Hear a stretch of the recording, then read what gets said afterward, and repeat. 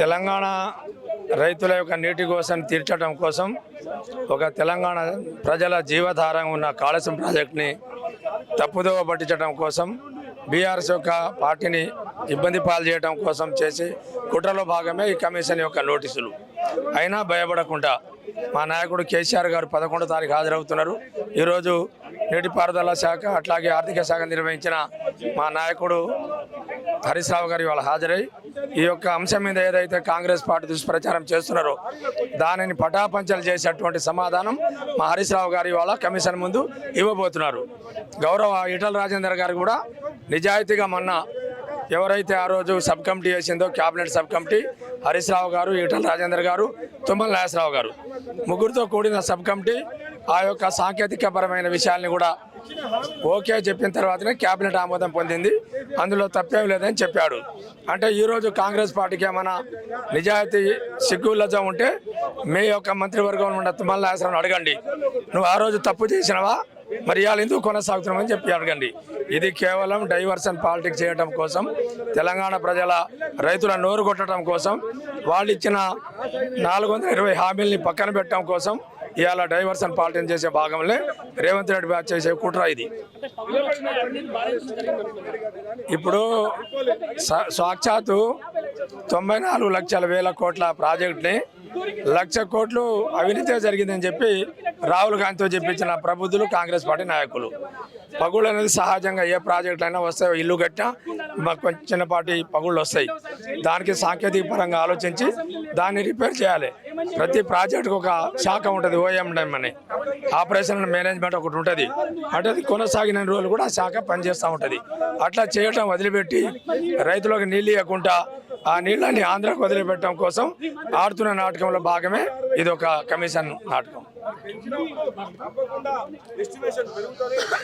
ఈరోజు కాళేశ్వర కమిషన్ అంటూ కాంగ్రెస్ కమిషన్ లాగా వ్యవహరిస్తుంది. క్లియర్గా మొన్న పిలిచినప్పుడు అదే బీజేపీ పార్టీలో ఉన్న ఎంపీ ఈటల రాజేందర్ గారు క్లియర్గా చెప్పిండు, మంత్రి ఆమోదంతోనే, క్యాబినెట్ ఆమోదంతోనే మేము తీసుకొని పనులు చేపట్టినామని చెప్పిండు. క్లియర్గా చెప్పినాక కూడా ఇంకా ఏమి లేదు. అంటే వీళ్ళు రాజకీయంగా డైవర్ట్ అనేది రకంగా వీళ్ళు ఇచ్చే 6 గ్యారెంటీలు 420 హామీలు ఊళ్ళల్లో ఇవ్వాలి, ఇప్పుడు పంచాలే. ఇల్లు లేనోనికి ఇల్లు ఇస్తామన్నారు, రేషన్ కార్డు లేనోనికి రేషన్ కార్డు అన్నారు. అదేవిధంగా ఇట్లాంటివి అనేక రకాలుగా రైతు బంధు వేస్తాడు, 10,000 నుంచి 15,000. పిల్లలకు స్కూటీలు ఇస్తామన్నాడు, స్కూటీలు ఇవ్వలేదు. అటువంటివి తులం బంగారం, అంటే కళ్యాణశ్రీ పథకం ద్వారా తులం బంగారం ఇస్తాడు.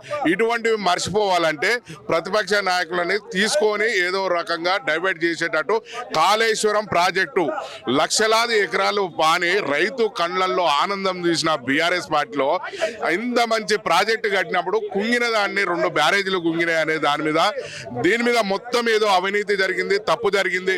అసలు కాళేశ్వరం ప్రాజెక్టే మంచలేదు, రీడిజన్ మంచలేదు అని ఇట్లా చెప్పడం చాలా అన్యాయం. ఇవాళ వీడికి కమిషనర్ ముందుకు పిలిచారు, క్లియర్ గా చెప్పిండు. మొన్న ఈటల రాజేందర్ చెప్పిండు, ఇవాళ అన్న హరీష్ అన్న చెప్తాడు, రేపు కేసీఆర్ కూడా 11వ తారీఖు నాడు చెప్తాడు. అంటే వీళ్ళు ఏ రకంగా చూసి బీఆర్ఎస్ పార్టీకి వస్తున్న ఆదరణ చూసి ఓర్వలేక ఈ ఆరోపణలు చేసుకుంటూ ఇట్లాంటి రాజకీయాలు చేస్తున్నారు. ఈ రాజకీయాలు ప్రజలందరూ గ్రహిస్తున్నారు. కాబట్టి ఇప్పటికీ దీన్ని తిప్పికొడతారు. కాబట్టి ఇప్పటికీ మీరు ప్రజాప్రభుత్వం అన్నారు, ప్రజాపాలన అన్నారు, ప్రజల్ని వంచి హింసించి మీ పాలన చేస్తున్నట్టు కనపడుతుంది. కాబట్టి మీరేమన్నా ఉంటే ప్రాజెక్టులు కట్టండి, మీరేమన్నా ఉంటే అభివృద్ధి చేయండి. దీన్ని అభివృద్ధిలో వదిలేసి ఇది మీరు ఏదో డైవర్ట్ రాజకీయాలు చేద్దామన్నది సరైనది కాదు. కాబట్టి ఇప్పటికీ స్థానిక సంస్థల ఎన్నికలు నిర్వహించకుండా దాదాపు 18 నెలలు అవుతుంది. గ్రామాలలో సర్పంచ్లు లేరు, ఎంపీటీసీలు లేరు, జడ్పీటీసీలు లేరు. మీ పాలన అనేది ప్రజాప్రతినిధి లేకుండా ప్రజాపాలన అనేది ఒక బెస్ట్ వెంట పాలనలాగా కనపడుతుంది. ఇప్పటికీ మీరు గ్రహించి మీరు ప్రజాపాలన మీద దృష్టి పెట్టాలని ఈ ప్రభుత్వాన్ని మేము డిమాండ్ చేస్తున్నాం. మీరు చెప్పండి సోమిరెడ్డి గారు, మీరు హరీష్ రావు గారితో చాలా సాన్నిధ్యంగా ఉంటారు, మీరు కూడా సిద్దిపేట నుంచి వచ్చారు. ఎస్పెషల్లీ ఆయనతో ప్రయాణం చేశారు కాబట్టి, అంటే ఆయన గత 10 సంవత్సరాలు ఆ ప్రాజెక్టులో భాగమయ్యారు కాబట్టి మీకేం తెలుసు, హరీష్ గురించి ఏం తెలుసు, ఆయన గురించి ఏం చెప్తారు? హరీష్ అన్న నీతికి నిజాయితీకి మరో పేరు హరీష్ అన్న. ఎందుకంటే ఆయన ఒక నిబద్ధతతో ఒక సంకల్పంతో పనిచేసిన వ్యక్తి. ఒక కార్యదక్షిణ ఒక పని చేయాలనుకుంటే దానికి బరాబర్గా ప్లానింగ్ అన్ని చేసుకుని కార్యక్రమాన్ని నిర్వహిస్తారు. ఇవాళ మీరు చూడొచ్చు, మీరు అందరం తెలంగాణ ప్రజల ఆశాజ్యోతిలాగా ఆయన ఇవాళ యువకులకు కావచ్చు అందరికి కూడా ఒక మార్గదర్శకంగా ఉన్నాడు. 14 ఏళ్ల పోరాటంలో, తెలంగాణ రాష్ట్ర పోరాటంలో కీలక భూమిక పోషించి తెలంగాణ రాష్ట్రం అంతా తిరిగి ప్రజలను చైతన్యవంతులు చేసి తెలంగాణ రాష్ట్ర ఏర్పాటులో కీలక భూమి పోషించినటువంటి హరీష్ రావు గారు. ఇలా వచ్చిన ప్రభుత్వం 14 ఏళ్ల పోరాటం తర్వాత వచ్చిన ప్రభుత్వంలో ఇలా హరీష్ రావు గారు నీటిపారుదల శాఖ మంత్రిగా ఉన్నప్పుడు ఆయనకు ఆ శాఖ అప్ప చెప్తే 3 సంవత్సరాల్లోనే 3.5 సంవత్సరాలు దాదాపుగా 80% వరకు కాలుష్యం పని పూర్తి చేయడం జరిగింది. సో మంచి నీతి నిజాయితీని పనిచేసిన వ్యక్తి ఆయన. ఇవాళ రేవంత్ రెడ్డి ప్రజాపాలన చేతగాక, ప్రజలకు ఇచ్చిన హామీలను నెరవేర్చలేక, 100 రోజుల్లో చట్టబద్ధతో ఉన్నటువంటి 6 గ్యారెంటీలు అమలు చేస్తామన్నటువంటి హామీని నెరవేర్చలేక, ఇలా మహిళలకు రైతులకు ఇచ్చిన హామీలు ఏ ఒక్కటి అమలు చేయలేక, ఇలా రైతులకు రైతు బంధు ఇయ్యలేక, రైతు భరోసా చెప్పినటువంటి కార్యక్రమంలో 15,000 ఇయ్యలేక, ఇచ్చే 12,000 కూడా సరిగా ఇవ్వలేక, ఇలా విద్యార్థులకు ఫీజు రియంబర్స్మెంట్ ఇయ్యలేక, ఏ ఒక్క హామీని కూడా ఆయన అమలు చేయలేక ఇవాళ ఏం చేస్తుండు, కమిషన్ అని చెప్పేసి కమిషన్ ఏర్పాటు చేసి, కాళేశ్వరం కమిషన్ ఏర్పాటు చేసి నోటీసులు ఇచ్చారు. ఏమవుతుంది నోటీసులు ఇస్తే? ఎంట్రుక కూడా బీకలేరు ఆయన. ఎందుకంటే నీతి నిజాయితీని పనిచేశాడు. నిన్న ఒక మాట చెప్పిండు రేవంత్ రెడ్డి గారు, 11 మంది మంత్రులమే మాత్రమే మారినాం, మిగతా యంత్రాంగం అంతా అట్లే ఉంది అని. మరి సోయి లేదా నీకు? సిగ్గు లేదా? అసలు అన్నమే తింటున్నావు నువ్వు కడుపుకు? అదే యంత్రాంగం కదా, ఏ ఒక కార్యక్రమం చేయాలన్నా, ఒక ప్రాజెక్ట్ కట్టాలన్నా, ఒక రోడ్ వేయాలన్నా, ఒక బిల్డింగ్ కట్టాలన్నా కంపల్సరిగా దానికి ఒక ప్లానింగ్, దానికి ఒక పర్మిషన్లు, దానికి ఒక ప్రతి ఒక్కటి ఉంటుంది. ఇవాళ నువ్వు చేస్తున్నావు కదా ప్రాజెక్టులు, నువ్వు కూడా కొత్త స్టార్ట్ చేయబోతున్నావు కదా, దానికి కూడా ఏ రకమైనటువంటి వసతులు ఉంటాయి, ఏ రకమైన పర్మిషన్లు తీసుకోండి నీకు తెలియదా? ఇలా వారెందుకు హరీష్ రావు ఇంట్లోకి వస్తాయా నీళ్ళు? కేసీఆర్ ఇంట్లోకి వస్తాయా నీళ్ళు? తెలంగాణ ప్రజల ఆకాంక్ష నెరవేర్చనీకి, ఉద్యమంలో చెప్పినటువంటి మాటను నెరవేర్చనీకి వాళ్ళు 10 సంవత్సరాలు కాలం తిరిగి ఇలా ప్రాజెక్ట్ కంప్లీట్ చేసిరు. ఇలా తెలంగాణ రాష్ట్రాన్ని సస్యశ్యామలం చేసిరు. ఇలా ఉన్న 29 రాష్ట్రాలలో పురుడు పోసుకున్న తెలంగాణ రాష్ట్రాన్ని అగ్రగామిలో ఉంచారు. నువ్వేం చేస్తున్నావు? ఇవాళ అట్టడుగు స్థాయికి తీసుకుపోయినావు. ఎక్కడ చూసినా నువ్వు తెలంగాణ ప్రజాపతి నువ్వే చెప్తున్నావు కదా, చెప్పులు కూడా ఎత్తుకపోతారు, వాళ్ళ చెప్పులు ఎత్తుకపోతావు, మనం కాడికి తీసుకొచ్చినాం. ₹1 లేదని మాట మాట్లాడుతావు నువ్వే. అంటే ఇది ఒక దరిద్రానికి నేను ఇవాళ మాకు ఇలా తెలంగాణ ప్రజలకు ఆటగట్టం.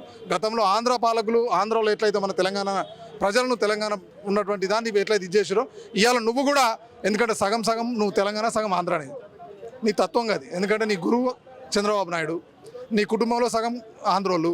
సో నీకు అంతా ఇది అది మెలుకుపోయి ఇవాళ నువ్వు తెలంగాణ ప్రజలను నీ యొక్క అక్కసి చేసుకుంటావు. ఎందుకంటే ఆ దినం నువ్వు రైఫిల్ పట్టుకొని వెళ్ళావు, నేను తెలంగాణ ఉద్యమకారుల మీదకి రైఫిల్ పట్టుకొని బయలుదేరినాను. నీకు అదే కోపం ఉన్నట్టుంది. ఇలా దాంతోనే ఇలా నువ్వు తెలంగాణ రాష్ట్రాన్ని సర్వనాశనం చేస్తున్నావు అని చెప్పేసి సందర్భంగా తెలియజేసుకున్నావు. కమిషన్ ఇచ్చినటువంటి నోటీసుల ద్వారా హరీష్ రావు గారు నీతి నిజాయితీని బయట ఉంటారు. ఆయన ఏ ఒక్క తప్పు కూడా వేయలేదు. జనగణ్ కూడా జనగణ్. నీకు ఇలా నువ్వు అసెంబ్లీలో 10 మంది మంత్రులు, 6 మంత్రులు ఏకదాటిగా లేచి మాట్లాడినా ఒకే ఒక్కడు సమాధానం చెప్పిండు. ఆ దినమే చెప్పిండు కదా నీ కాళేశ్వరం ఏం జరిగిందని. నీ మాటల్లో తప్పుడు మాటలనే కదా. నువ్వు ఇచ్చిన 1,00,000 కోట్లు అవినీతి జరిగిందన్నావు, పని జరిగిందే 1,00,000 కోట్లు నువ్వే చెప్పినావు కదా. ఇంకెక్కడ అవినీతి? నీ మాటకేమైనా నిలువుందా? ఎక్కడుంటుంది? సో నీ ఏ మాట మాట్లాడినా దీనికి అసెంబ్లీలో చెప్పిండు. నేను పవర్ ప్రజెంట్ పబ్లిక్గా చెప్పిండు. కాళేశ్వరం ప్రాజెక్ట్ ఏ విధంగా నిర్మించినాం, ఏ విధంగా అయింది, ఎట్లా పోయింది, ఏ రకంగా ప్లాన్ చేసాం, ఏ రకంగా పర్మిషన్ తీసుకొని పబ్లిక్ అర్థం విధంగా కూడా చెప్పి ఇలా ఇదే దొరుకుతాడు. గదే అధికారులు గదే చెప్తారు. నువ్వేదో నీ చేతులు ఉంటుంది కమిషన్ అనుకొని చేసే ఇబ్బంది పెట్టాలని చెప్ప, అంతకుమించి ఏమి లేదు. దీంతో ఏమి కూడా కాదు. రేవంత్ రెడ్డితో ఈ ప్రజాపాలన ఇప్పటికైనా నువ్వు బుద్ధి తెచ్చుకో. రాబోయే రోజులను ఇంకా 3.5 సంవత్సరాల టైం ఉంది. నీ పార్టీలో నువ్వు కరెక్ట్ చూసుకో. ఈ 3.5 సంవత్సరాలు ప్రజలకు ఇచ్చిన హామీలు నెరవేర్చు, లేకపోతే నిన్ను తరిమి కొడతారు. Please subscribe to the channel and download the Politicos app from the links in the description.